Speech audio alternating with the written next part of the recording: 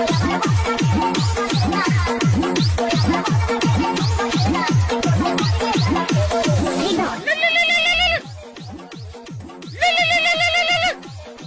থেকে বাবার ফোন, কি ব্যাপার?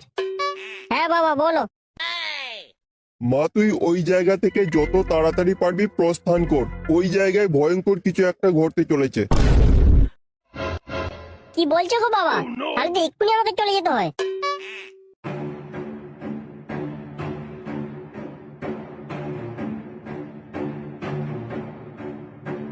পচা বাল্লু, তোরা বক্সে বোম মার, আমরা প্যান্ডেলে বোম মারছি।